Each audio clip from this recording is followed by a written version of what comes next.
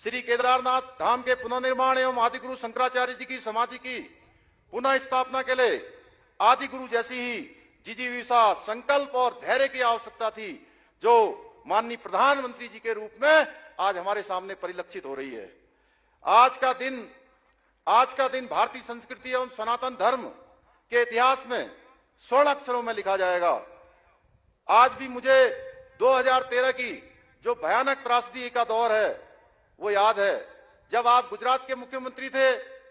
आपने सर्वप्रथम उत्तराखंड की सहायता के लिए और केदारपुरी के पुनर्निर्माण के लिए आप आगे आए थे, आपने हाथ बढ़ाया था। कहा जाता है कि भगवान को भक्त से अधिक कोई प्रिय नहीं होता है। यह भगवान शिव का ही आशीर्वाद है कि उन्होंने अपने परम भक्त को अपने धाम के पुनर्निर्माण के कार्य के लिए चुना है।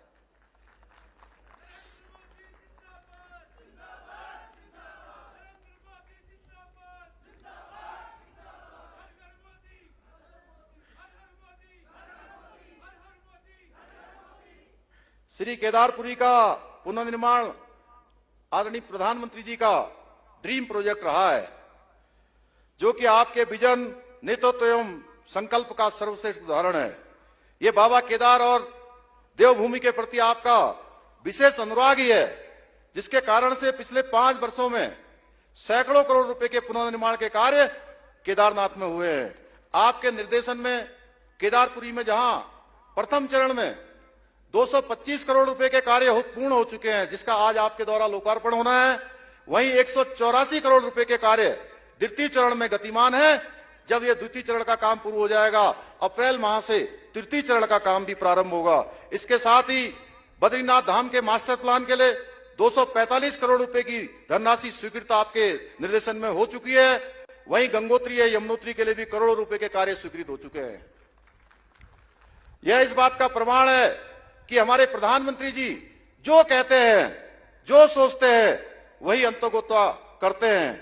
यह सभी पुनर्निर्माण कार्य सिर्फ ईंट, बालू, पत्थर एवं इस्पात की संरचनाएं नहीं है, बल्कि एक स्वप्नद्रष्टा व दूरदर्शी नेता के विजन को साकार प्रतिरूप है।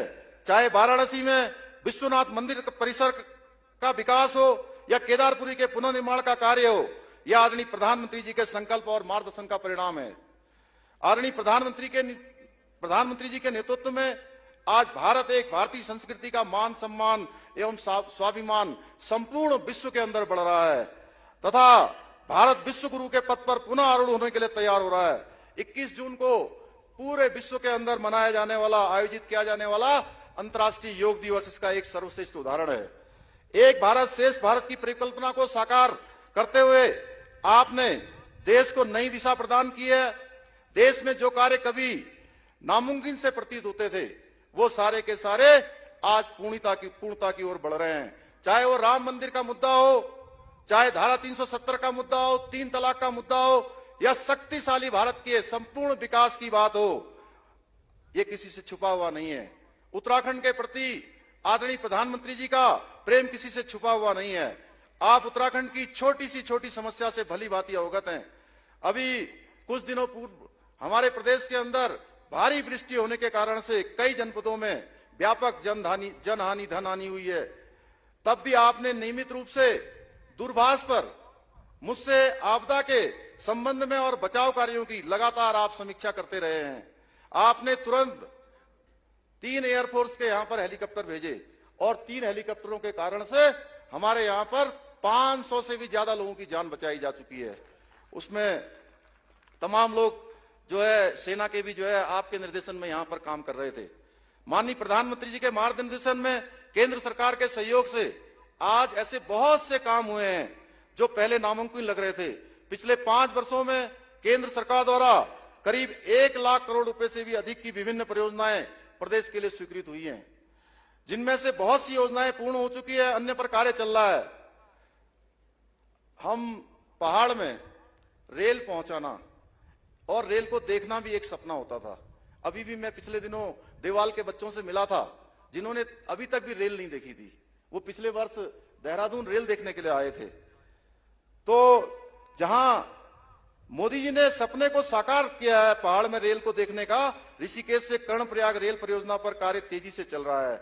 वही सामरिक एवं भौगोलिक दृष्टि से महत्वपूर्ण परियोजना जो 154 किलोमीटर की है, टनकपुर से बागेश्वर, उस योजना को भी आपके निर्देशन में मंजूरी मिल चुकी है। इसी तरह 4 धाम ऑल वेदर रोड है, भारतमाला प्रोजेक्ट पर तीव्र गति से काम चल रहा है।